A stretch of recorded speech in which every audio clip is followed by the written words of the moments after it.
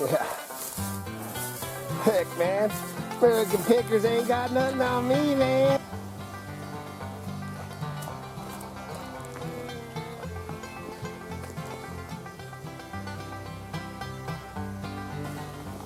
Hello, fellow junkers, resellers, scavengers, thrifties.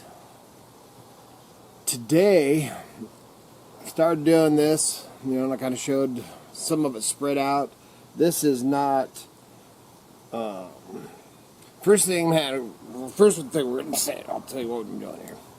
So what I'm doing is, fishing and fishing stuff is, it's my passion. It's kind of like my books, man. It's my bread and butter. Fishing is a huge part of my life. Always has been, and buying and selling fishing stuff has always been there, just like books from the, 35, or since the beginning, in the over 35 years I've been selling, I've always sold fishing stuff. And one of the things that got me when I was a kid that I liked selling fishing stuff, or not so much selling it, but collecting it, because I collect it too. And one of the things that I realized early on, and I mean, they're even more so expensive now than they were back then, but at the time, it all evens out, because of just, inflation, or just the value and inflation and things going up and things going down and all that kind of stuff over the years. To go buy a good Rapala or a rattle trap. A rattle trap right there, man, that'll set you back probably. I don't know what they are now. They used to be, man, back when I was fishing the bass tournaments and stuff, I think a Rapala was, or a rattle trap was about $5, and I think they're probably closer to $6 or $7 now. I haven't bought one new. When I was fishing the tournaments and stuff, you wanted the big new and, everything that was coming out that was new, so I bought a lot of new stuff then. But from the time when I was a kid, from buying everything from, lead weights to hooks, just whatever kind of hooks you wanted to get, it was, they're expensive, man, especially as a kid. And I realized early on that you hit the yard sales and you buy the old tackle boxes and pull out the stuff that you want, put it in your personal tackle box, and then at your next yard sale or you go out to the flea market or whatever, you take the rest and the old tackle boxes and you take them out and sell them. So I started doing it mostly for, like I said, for just to get my own stuff. And still now, at 51 years old, I still do that. Problem being right now is what I just showed in that little clip, the bin of fishing reels over there. This bin here's got fishing reels and fishing stuff. Everything, from brand new bobbers in the package, to an old Mitchell, tangled up Mitchell fishing reel, to aluminum boxes that, this looks like a fly box. See, it is a fly box. A little bit of warp, not a bunch of stuff in it, but an old aluminum, nice little carrying box. And this, what I just showed or what I seen, is just a fraction of, and I mean a fraction of the stuff I've got. I have actually not sat down like this in probably 2 years and went through it and actually am pulling out and separating everything. I got a tackle box here. This is the one that I just scored, and it was full of stuff. And what I do is, lest it's not, this one was pretty dang dirty, and there was a lot of just oddball stuff in there that really wasn't worth all that much money. That, stuff, I got a trash bag down here, I threw a lot of stuff away. I pull out a lot of the old, I love the old advertisements and stuff, and some of them will surprise you, but like this little spinner that I absolutely love is actually a Fluger Colorado spinner. And something like that, when you find it, you want to look them up it might blow your mind on some of that stuff. Not necessarily this one, because I haven't even looked it up yet. But I've got that stuff separated over here. And then the old, eagle claw, because I'm a huge eagle claw. My grandpa fished with eagle claw. I fish, the eagle claw is my favorite. But like this old eagle claw, I don't want to tip it because the hooks are still in there. But this old eagle claw stuff, I actually collect the old eagle claw advertisements and signs and all that stuff. And these, you can still get them. I think these packs are still pretty much out and available. Well, yeah, this one came from Intermountain Arms, which has been out of business for years. But, I like the older stuff. But then you get into some of these even older ones, man. Like this, look at this one comes, it's got a little measuring stick on it, up to 10 inches. Little measuring stick, man, and it's called Sure Catch Snelled Hooks. And it's Valley Supply from Redding, Oregon. And the hooks are actually starting to rust, which is a little bit of a bummer, but that old package. But some of these are worth money, man. Some of the old advertisements. Not necessarily, I ain't saying this one. These ones I will check. Oh, here's a cool little one. Check this one out. This one, man, it's called Compact Hook Size 12. Man, look at the graphics on it. It's got the mountain line. This one's actually Commerce Pacific Incorporated, Los Angeles, California. And then you open it up, and it's actually got the leaders in here, but it also has the leader knots and this cool little card thing that shows how to tie. So you just don't know, man. You just don't know. So what I'm doing today, so like that one and these other ones, I'm putting over here to the side because I will look them up. Here's another one here too. Salt leather brush leader, which this brush leader, these little hooks are that compact one, them little egg hooks. I'll use those if they're not worth something. And these old leaders, man, these are old leaders for if you get into some thick, brushy type area and stuff.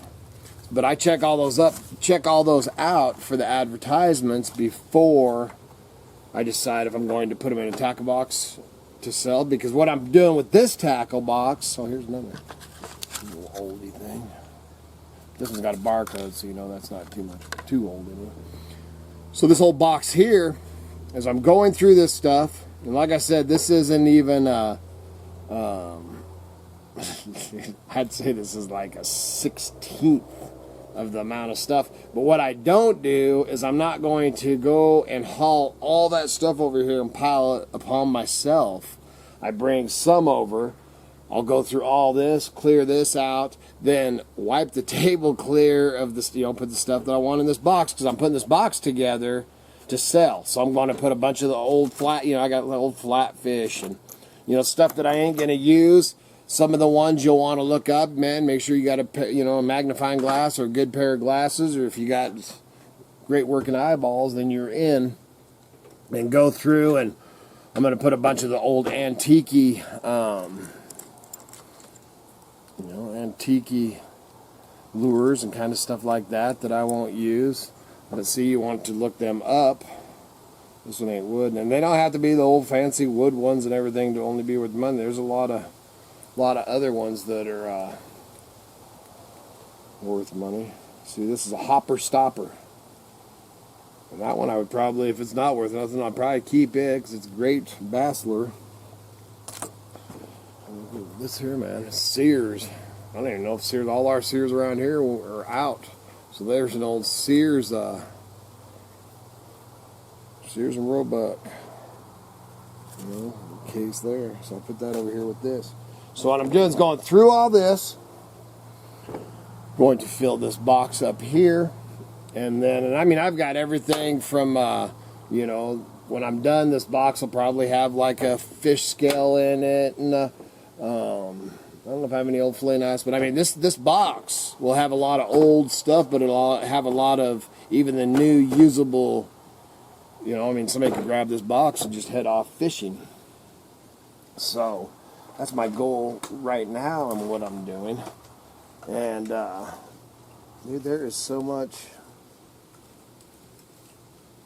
And to top that off, I'm going fishing tomorrow and the next day, so I'm pulling out some of the stuff Not that I'm hurting for tackle. That's one thing I haven't been hurting for tackle for a long time. Look at that old big old mother.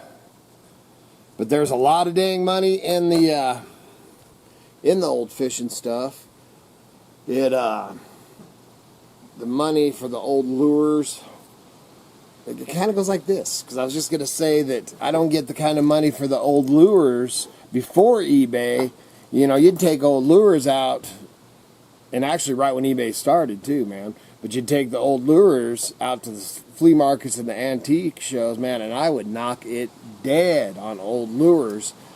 You know, just because now that eBay is huge and there's so many online, you know, online obviously has hurt many items, you know. It's because it used to be, you know, you'd go to an antique show or something, you'd see this old lure there, and there's a good chance that you'll never see another one in your life. You know, that was back before the internet. Where now with the internet, you know, man, you can get on the internet, Google it, you can find out the history, the name of the dude that put the hooks on the end of this and everything, you know. So that's kind of hurt the market, but it weighs itself out, because back in the day, you know, the old packs of hooks and stuff like that, you'd play heck getting, you know, because I've gotten, you know, 10 to 20 bucks before for the right, you know, pack of hooks like this with, you know, that's in good condition with the right advertising, the right names, and the era, you know, of it. Have gotten good money, and man, I tell you what, you'd play heck, you know, out at the flea markets before the internet. You'd have a big old pack of them and be lucky to get $4 or $5. So it all kind of evens itself out. Kind of got off the thing there a little bit, but so that's kind of my take on the selling the stuff on the internet, off the internet. And then something you'll end up with a lot if you get into doing the fishing tackle is rolls of fishing line. And fishing line, the thing about fishing line for a fisherman is if it's old, you know, unless it's been kept in the, you know, monofilament and everything has came so far over the years, and if it's sat out in the garage, you know, and been hot, been cold, been froze, been wet, you know, I mean, been dry, you know, I mean, you can have these nice, it looks like, you know, this is 6-pound test, just like that. See how easy that was to break? It loses its oomph. So what I do usually with all the rolls of monofilament, unless I know, you know, that it's better or whatever, is I just recycle them. Occasionally, if it's a bunch of spools like brand new, you know, and they all seem to be in fairly good condition, and, you know, I can test them with, you know, my teeth and my mouth and stuff, and, you know, just pulling on them and stuff like that. Then occasionally I've done it is I'll just put a whole bundle of lines together, you know, and sell whole bundles of lines. So, I mean, there's everything. Look how thick that one is, man. So there's a little bit of a take on, you know, buying and selling fishing stuff, man. It's my passion. I love it. You know, I fish a lot, and like I said, it's just a way for me to get my fishing stuff cheap. The one thing that I was talking about, it was actually, I guess, the last video I did. We went out. I didn't put the yard selling video on here. It ended up being over to our other channel. You can go over to Idaho Hillbilly and check it out. And that was when I scored this tackle box that you can't even see in the thing. But this old tackle box, and I was going through it. One of the main things that made me buy it, and I haven't even got a chance to even look at these to try to read it. But I was sitting there talking to the guy as he's trying, man, this thing's dirty. I don't know if I can get the wipe it off to get any of the writing. But I hadn't seen this stuff since back in when I was fishing with like my grandpa and Uncle Frank and all the old timers. But this looks like an old matchbook, man. And if this thing had good writing and stuff on it, because you can see there's writing on the back, but there's a film of like almost like oil over it, and it's kind of smeared the writing. So it's from, I know I can read that it was made in Massachusetts. And I'm going to go in there and take a magnifying glass and see, and then I just actually stuck this little tiny brush. I do with that little thing. I thought that was pretty dang cute. I found this in that dog box. Look at this, man. It's just a little tiny brush. So, maybe I can wipe some of that off real careful. You want to be dang careful. But this was one of the things that made me buy that one, is it looks like a matchbook and you lift it up, and this is actually lead. See how I just bent that one out like an old match? And what you do is you take that, and you know, if you need a little bit more, so you need a little bit more weight, you know, and your rattle trap's not going deep enough, or whatever, you want just a little bit of weight, you can take one of these off, and you just pull it like a matchstick, and see how it bends so easy, and then you just wrap it around, man, either down by your hook or up your line where you want it, or whatever you want. And I hadn't seen this stuff I forgot all about it. I hadn't seen it in years. And that was one of the main things that made me, you know, the tackle box was a smoking deal too. And there's some other, I mean, made on, you know, made for TV, brand new in the package, little Huey and that old Fluger. So, I mean, there was other things, you know, obviously I look at it, when I look in the box, you know, I can tell right off whether or not it's, you know, worth it. As far as if you were just getting it for resale, you know, you got to be able to calculate and know just looking at it. But when I look in there and I use, you know, because the flatfish came, the rattle trap came in there, that little lead weight, the Fluger, the eagle claw, I mean, there was, you know, and I gave $10 for the whole tackle box with everything in it. And, you know, there was 3 lures in it that I was going to keep and use for myself. So, you know, $10, man, that's, you know, 2 of them lures paid for that whole, I would have paid that new, you know, if I bought them new. So that's kind of how I judge on getting those. I don't know if you're really getting anything from this, but that's just kind of a fisherman reseller's take on wheeling and dealing and fishing stuff. You know, and then the same trip out I showed on the other, you can go over, like I said, over to Idaho Hillbilly and check that. It was 3 days ago or something, and it was actually, if you're looking for the video over at Idaho Hillbilly, it says Katie Joe's birthday, because it was my daughter's birthday. We all went yard selling for her birthday, and I didn't really do a, you know, like a reseller video. I just kind of filmed us out yard selling. Then the next day, the next video after that one, I actually showed, because some of the people were wanting me to show some of the stuff, and I should have done it on this channel, but I didn't. But anyway, you can go over there and look at some of the, you know, some of that stuff. But I also scored a fly rod and reel, and I didn't bring the reel out here, but it was a telescopic fly rod, and I can't think right off the hand, but it ended up being a custom telescopic fly rod. And the fly rod itself, I bought the fly rod and reel for $10. And the telescopic rod's worth at least $150, and I'm hoping I get $200 for it. And then the fly reel, which I thought was a decent one, you know, it was a name brand, but it was a newer one. And a lot of you got to watch all that stuff just because you know the names on the reels, because a lot of them is pretty much sold out, you know, and they're having them made in Japan, and it's just not the quality stuff. So they've got this cheaper line of name brand fishing reels and stuff, and that reel ended up being worth about $15.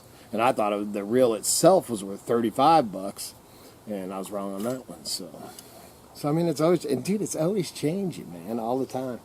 But I just want to do a little video for, you know, on here, and that's my take and how I look at that right there, man. Bam! I'll be using those bad boys tomorrow. Potski eggs, a little bit dry. That right there. Bought a thing of Potski is $4. I like the green label preferably, but I'll use those. So yeah, man. So I'm going through this. Oh, leaded line with the tags. Yeah, look up leaded line. Brand new weighted leaded line for trolling. That's a whole bag of it. Whole dang bag of it. That's spendy stuff. These ones are used, but this, I don't know so much if they're used, but they've been no packaging. That one's used. But yeah, I'll be looking at, well, that's actually fly line, that one is. Wow, fly line's expensive too. And then this is leaded weighted trolling line. But yeah, that's fly line. That's probably floating. Anyway, man, so that's one way. There's something, you know, the one thing in resale business, junking or whatever, if you're just getting into it, one of the things that you want to do, and it might take you a little bit, but is to, you know, as you're getting in it, man, is find your niche. You know, I mean, I sell, you know, pretty much, man, I'll buy and sell anything I can make a buck on, but I have my passions and my bread and butter items and my bread and butter stuff, like fishing stuff and books and knives and axes and hatchets and hunting and fishing, you know, just the stuff that is my passion that I do in life, and then sell the things that go along with that. And not only that, if you pay too much and you can't sell it, then you can just use it. You know, that's kind of the way I look at a lot of it, man. That's when I buy things. You know, I like to buy stuff that if it doesn't, you know, say it's a pair of shoes, man. It's really nice if you buy a pair of shoes or boots and they don't end up selling and you can wear them yourself or you can give them one of your kids or something like that, you know, then you still got a smoking deal on it. You just didn't make that buck on it. That's all I got, man.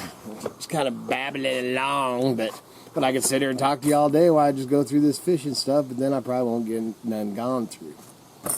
So, always remember, man, keep your eye on the skyline and your nose to the wind. And if you're out there treasure hunting, hope you find some color in the bottom of your pan. See ya.